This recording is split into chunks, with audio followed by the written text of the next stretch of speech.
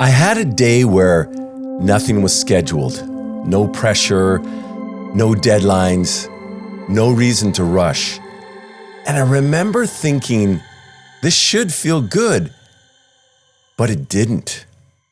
I kept feeling like I was forgetting something, like I should be doing something, like this wasn't somehow allowed. And I couldn't relax inside the time I actually had. If this feels familiar, then stay with me.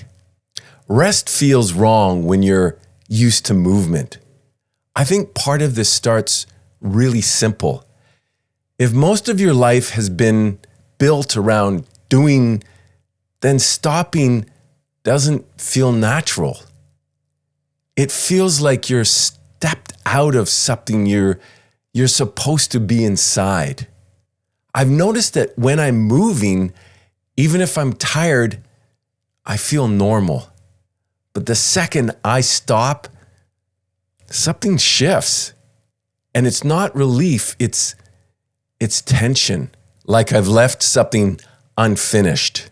You don't notice how much identity is tied to doing. I don't think I realized how much my identity was tied to being productive until I tried not to be. I remember sitting on the couch one afternoon, nothing urgent, nothing pending, and within a few minutes, my brain started scanning. What could I be doing right now? What am I falling behind on? What would make this time count? It wasn't loud, it was subtle, but it was constant. And it made rest feel uncomfortable. I remember putting down my phone on purpose, like actually deciding, I'm not going to scroll, I'm just going to sit here. And within maybe 20 seconds, I picked it back up. Not because I wanted to, but because it felt strange. There was nothing to react to, nothing to solve. And that empty space felt harder than just doing something. You might have had moments like this too, where stillness feels heavier than motion. Rest exposes what movement hides. When you're busy, there's always something to point at, something to measure, something to complete.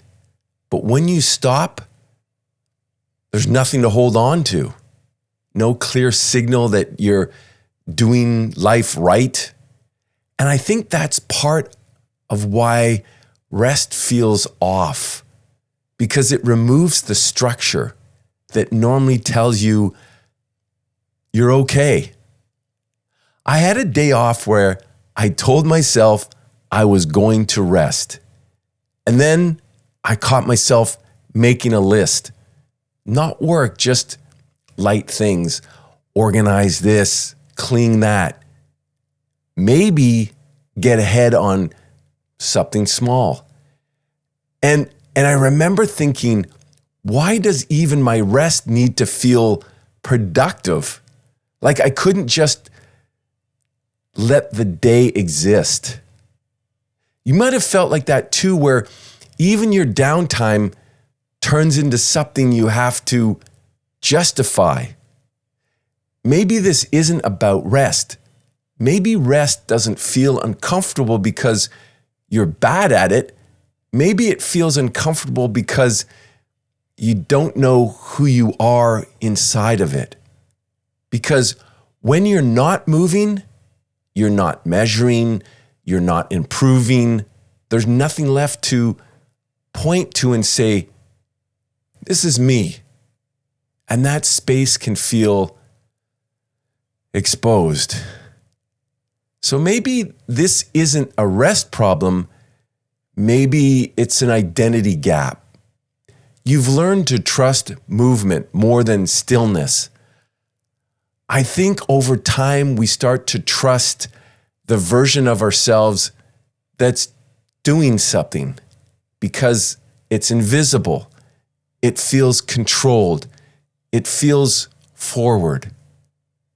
But stillness doesn't feel like that. Stillness feels uncertain. It's easy to assume something is wrong. I had a moment where I finished everything I needed to do, like actually finished, nothing hanging over me. And I thought, okay, now I can relax. But instead, I just sat there and something, it still felt off. Not because anything was wrong, but because I didn't know how to exist without something to move toward. You might have felt like that too, where the finish line doesn't feel like relief, it just feels empty. Rest has no scoreboard. There's no clear feedback when you're resting. No progress bar, no completion. Nothing that tells you this is enough. And if you're used to measuring your life in movement, the rest can feel like it doesn't count, like it's invisible, like it's not valid. Maybe nothing is wrong with your rest. I think this is the part that shifts things. Maybe rest doesn't feel good at first, not because you're doing it wrong, but because you're experiencing a different version of yourself, a version that isn't defined by movement. And that doesn't mean that something is broken.